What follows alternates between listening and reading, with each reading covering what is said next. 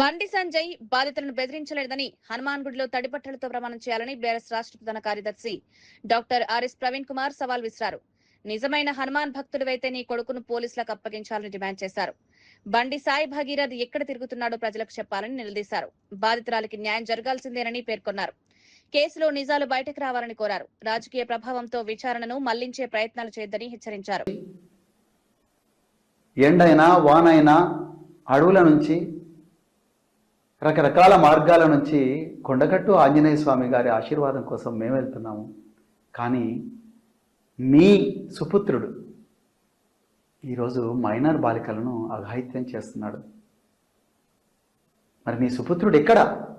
ఎందుకు మీ సుపుత్రుడు చట్టానికి దొరకకుండా పరారీలో ఉన్నాడు అని చెప్పి ఈ ప్రశ్న మనమందరం కూడా హిందువులుగా బండి సంజయ్ గారిని అడగాలి.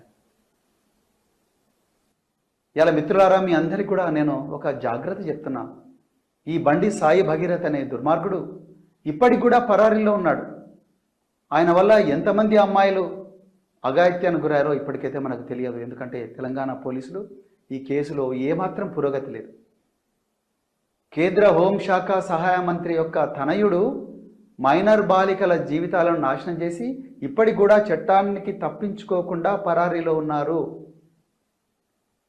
ఆయన వల్ల ఇంకా ఎంతమంది అమ్మాయిలకు ప్రమాదం జరుగుతుందో మనకు తెలియదు. అందుకొరకు జర పైలం మన ఇళ్లలో అమ్మలు అక్కలు అందరూ కూడా జాగ్రత్తగా ఉండాలి. లేకపోతే ఎవరి మీదైనా ఈ అఘాయిత్యం జరగవచ్చు. ఈ సైకో ఎవరి మీదైనా అఘాయిత్యం చేయవచ్చు.